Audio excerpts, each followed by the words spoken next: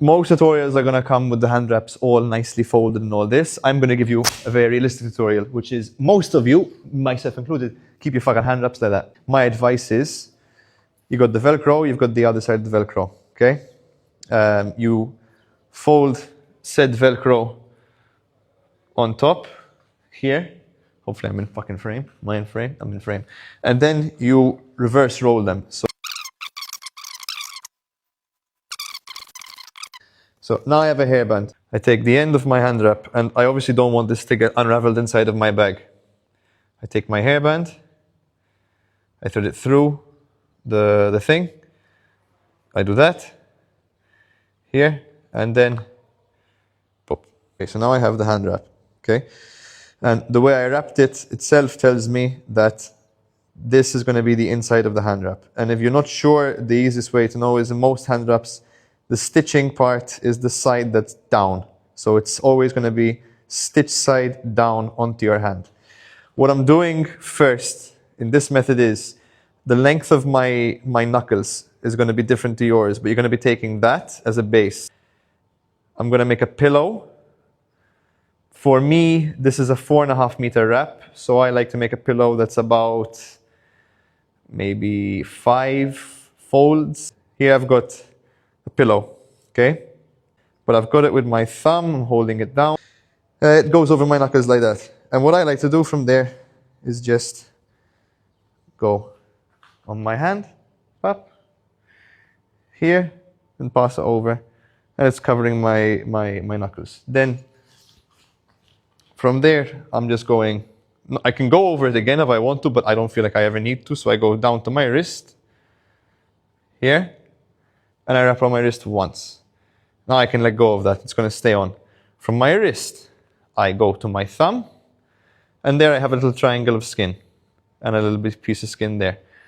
I cover that, I go around my wrist again.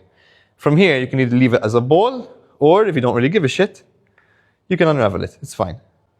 So now I've got this pillow on my knuckles, which is what's protecting my knuckles. And I've got my wrist started. From here, I'm going to pick a finger, any finger. I'm going to go between two of them, come back, and go down to my wrist. I come under, go to my next finger. Go through it like that, go back to my wrist. Come under, split the next finger, do the same. Pinky, I do my pinky. Voila, and I'm left with a bit of excess, which is fine, because I have to cover my wrist anyway. Inside the hand wrap, you can see, I have one thin piece of wrap here, and my knuckles are almost solid behind that. The excess bit of wrap, I'll use it on where I feel like I need to use it.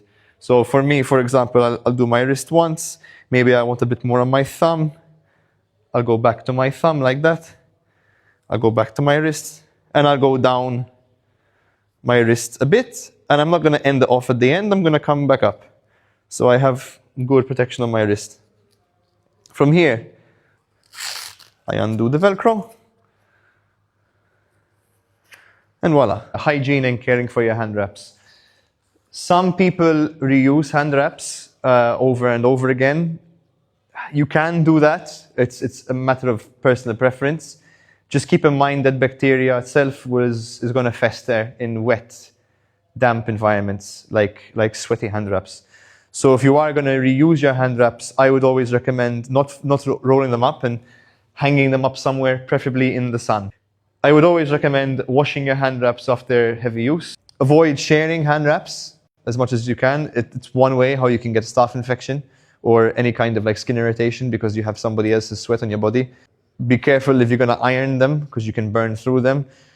And hand wraps are meant to get worn down and used. Like if you see somebody who has a pristine, pretty pair of hand wraps, it's either because they're brand new or because they don't fucking train hard. Like your hand wraps should look like shit. I've had these these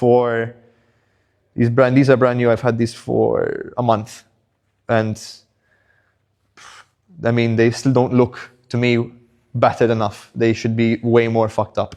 So don't worry about having perfectly ironed and perfect hand wraps. Your gear reflects your training. A knight in shining armor is not a knight that's seen battle. A night at the scene battle, his armor is covered in mud and blood.